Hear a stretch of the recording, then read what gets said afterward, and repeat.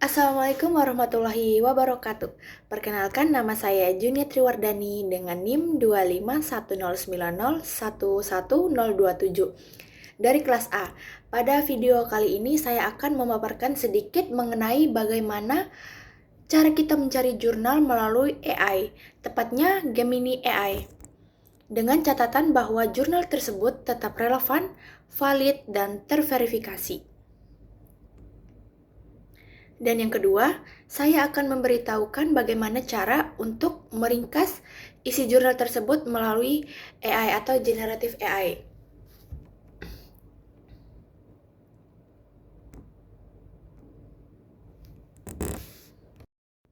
Oke, langsung saja kita masuk ke dalam Google, lalu kita men-search atau mencari Gemini Generative AI. Langsung saja diklik. Nah, setelah ini sudah terlihat kata-kata sambutan, "Halo Nia."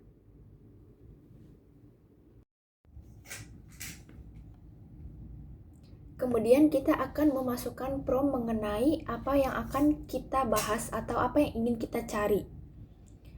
Prompt ini harus sesuai dengan apa yang kita inginkan agar hasil yang diberikan sesuai dengan apa yang kita inginkan dan kita butuhkan. Seperti contohnya, saya ingin mencari jurnal tentang malpraktik kedokteran. Yang pertama, saya harus menyertakan atau memperkenalkan diri terlebih dahulu bahwa saya adalah mahasiswa kedokteran aktif semester 1. Dan di sini saya ingin mencari jurnal terkait malpraktik kedokteran dengan keterangan bahwa jurnal tersebut adalah jurnal 5 tahun terakhir dan juga melampirkan daftar pustaka, nomor ISSN, dan link doi-nya. Nah, sekarang saya sudah memberikan perintah atau arahan kepada Gemini AI untuk mencarikan referensi jurnal terkait malpraktek kedokteran dengan 20 jurnal, ya minimal 5 tahun terakhir dan beserta doi, ISSN, dan dapus. Mari kita lihat.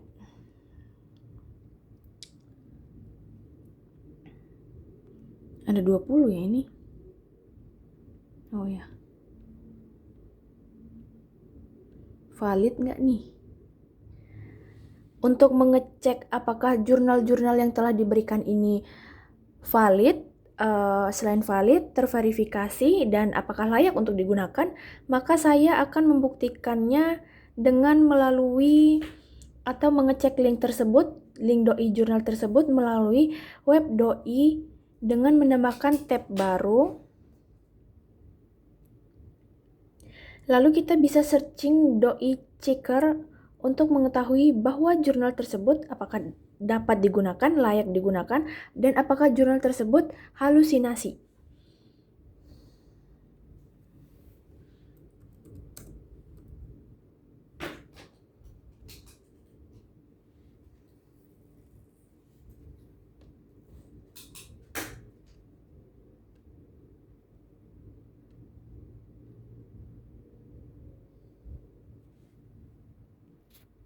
Nah, kita sudah masuk pada laman pengecekan doi. Nah, sebelum itu kita harus menyalin tautan doi tersebut dari Google Gemini yang pertama tadi. Saya mau yang nomor 2. Ini doi-nya. Ini nomor ISSN.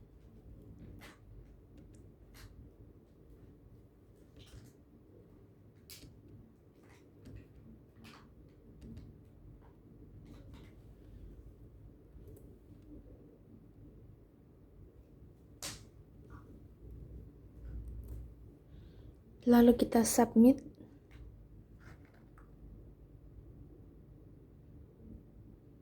Oh, ada ternyata ya.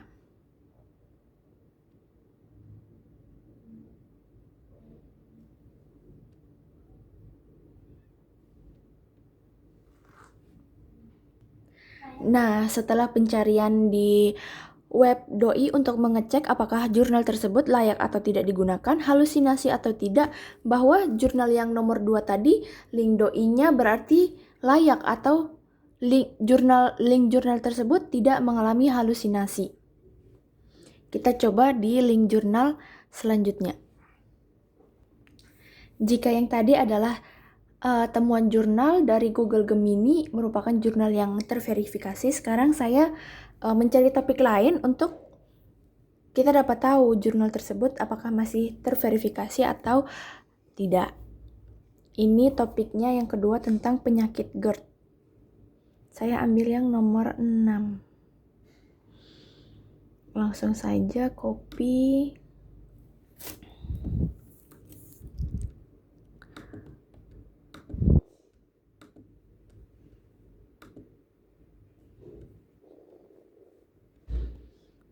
Langsung kita paste guys. Langsung dipaste ya. Nah, kalau seperti ini tampilannya not a doi, berarti doi dari Google Gemini tadi tentang penyakit GERD bahwa tidak relevan atau tidak terverifikasi. Nah, kemudian seperti tadi yang saya ceritakan kan ada 3. Nah, bagaimana sih untuk cara kita mencari Google yang relevan dan terverifikasi? Maka sekarang kita akan membuka tab baru untuk Google Scholar namanya.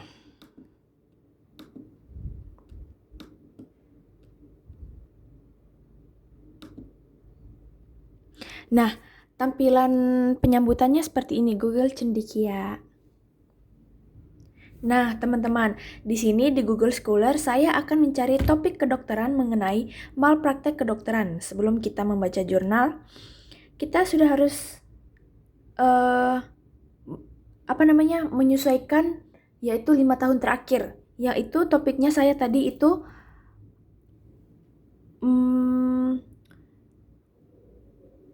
malpraktek kedokteran.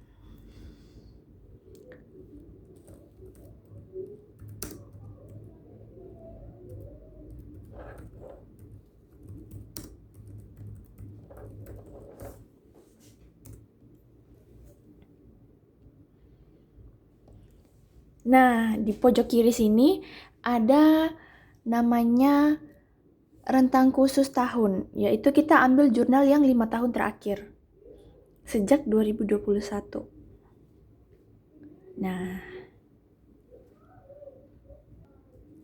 Nah, ini ada aspek hukum malpraktik kedokteran dalam perundang-undangan di Indonesia.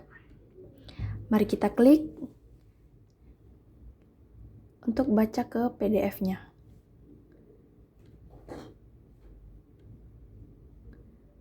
Nah, sudah seperti ini, sudah masuk dalam folder. Nah, untuk supaya kita tidak membingungkan, maka kita membuat folder baru.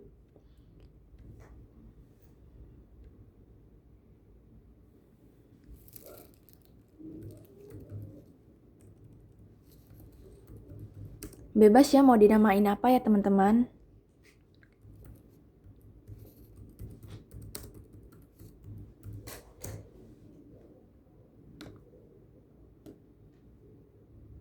Oke, sudah masuk ya.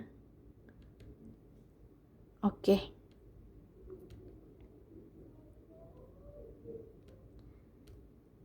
Ini sudah di save.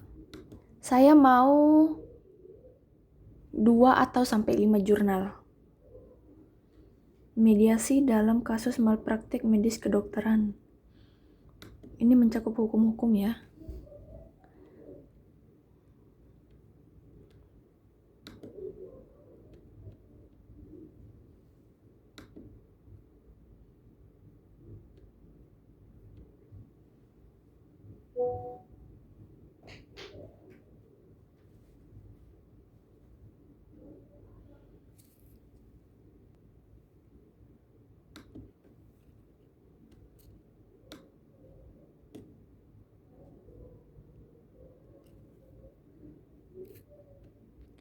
Saya akan mencari jurnal sebanyak 5 jurnal.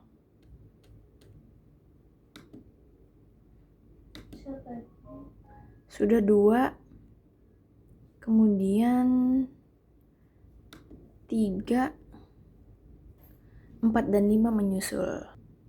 Oke teman-teman, nah di sini saya sudah mendapatkan 5 jurnal tentang mengenai malpraktik kedokteran.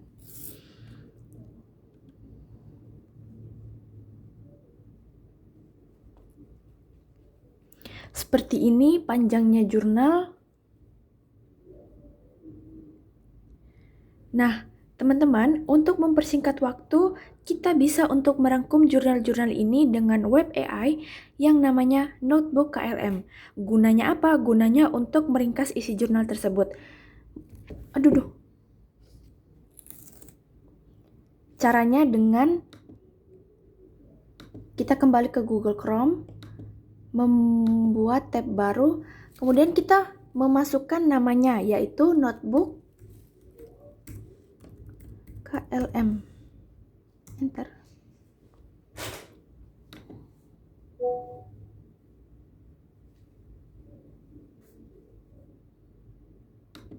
Try Notebook KLM. Lalu kita masuk ke buat notebook baru. Nah, di sini sudah terpampang untuk cara mengupload sumbernya. Atau kita bisa memasukkan file-file 5 jurnal tadi yang telah kita download. Nah, di sini kita bisa mengupload sumber jurnal yang tadi telah kita download.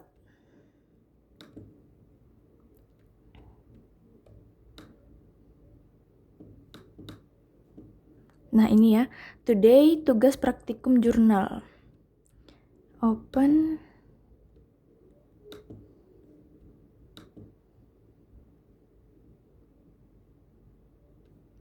Kita tambahkan sampai 5 jurnal tersebut tadi terbaca ya teman-teman. Sudah saya masukkan ke 5 jurnal tersebut, kemudian saya akan memberi arahan atau memberi perintah kepada AI tersebut atau notebook KLM tersebut untuk mencari kesimpulan, atau saya memerintahkan diskusikan apa yang telah dijelaskan dari 5 jurnal tersebut.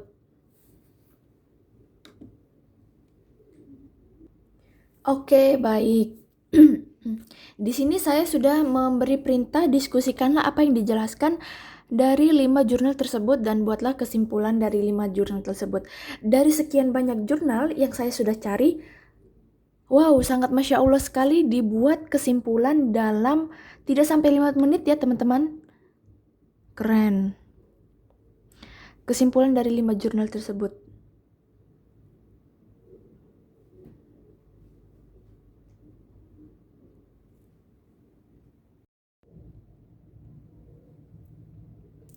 Nah, teman-teman, itu tadi kita sudah membahas bahwa teknologi AI sebenarnya hadir untuk mempermudah kita sebagai mahasiswa, terutama dalam mengelola dan mencari sumber-sumber informasi ilmiah.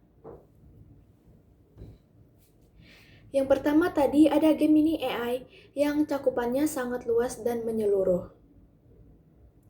Namun, karena jangkauannya yang terlalu besar dan luas, kita tetap perlu berhati-hati jika tidak melakukan pengecekan terlebih dahulu terhadap hasil atau perintah yang kita berikan, bisa saja itu muncul halusinasi data, yaitu informasi yang tidak valid atau tidak terverifikasi sesuai dengan apa yang kita maksudkan tadi. Oleh karena itu, setiap jurnal atau sumber yang kita dapatkan dari Gemini AI tersebut, kita harus mengecek atau cross-check kembali. Pastikan relevansi antara judul, isi, sumbernya agar tidak terjadi kesalahan dalam penyusunan tugas atau penelitian, atau istilahnya halusinasi. Salah satu caranya dengan memeriksa link doi dari jurnal tersebut melalui laman resmi doi.org untuk memastikan jurnal tersebut benar-benar terdaftar dan valid. Selanjutnya, untuk mencari jurnal yang terverifikasi, aman, berkualitas, kita bisa menggunakan Google Scholar. Cukup dengan menuliskan kata kunci yang spesifik dan relevan, kita akan lebih mudah menemukan sumber akademik yang kredibel. Selain itu, ada juga notebook LM yang berfungsi membantu kita dalam merangkum dan menyimpulkan isi dari banyaknya jurnal secara efisien. Dengan bantuan ini, kita bisa memahami inti dari berbagai penelitian tanpa harus membaca semuanya satu persatu secara penuh. Jadi intinya, teknologi AI seperti Gemini, Google Scholar, Notebook LM dapat menjadi alat bantu yang sangat bermanfaat jika kita menggunakannya dengan bijak dan disertai kemampuan berpikir kritis. Di era modern ini, teknologi kecerdasan buatan atau AI hadir sebagai inovasi yang besar dan membawa banyak dampak kemudahan dalam kehidupan manusia. Namun, di balik segala manfaatnya, kita perlu menyadari bahwa AI hanyalah alat bantu ciptaan manusia, bukan pengganti kemampuan berpikir, berperasaan, dan beretika.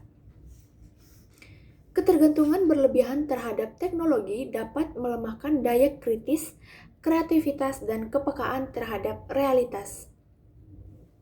Oleh karena itu, gunakanlah AI dengan bijak. Jadikan ia sarana untuk memperluas wawasan, mempercepat kerja, dan meningkatkan kualitas hidup, bukan sebagai tumpuan utama dalam setiap keputusan yang ada. Dan juga bijak menggunakan teknologi berarti tetap menempatkan manusia sebagai pusat dari segala proses, berpikir sebelum bertindak, memverifikasi sebelum mempercayai, dan menggunakan kecerdasan buatan dengan disertai kecerdasan hati. Dengan demikian, kita tidak hanya menjadi pengguna teknologi, tetapi juga pengendali yang beretika, bertanggung jawab atas kemajuan zaman. Sekian dari saya. Wassalamualaikum warahmatullahi wabarakatuh.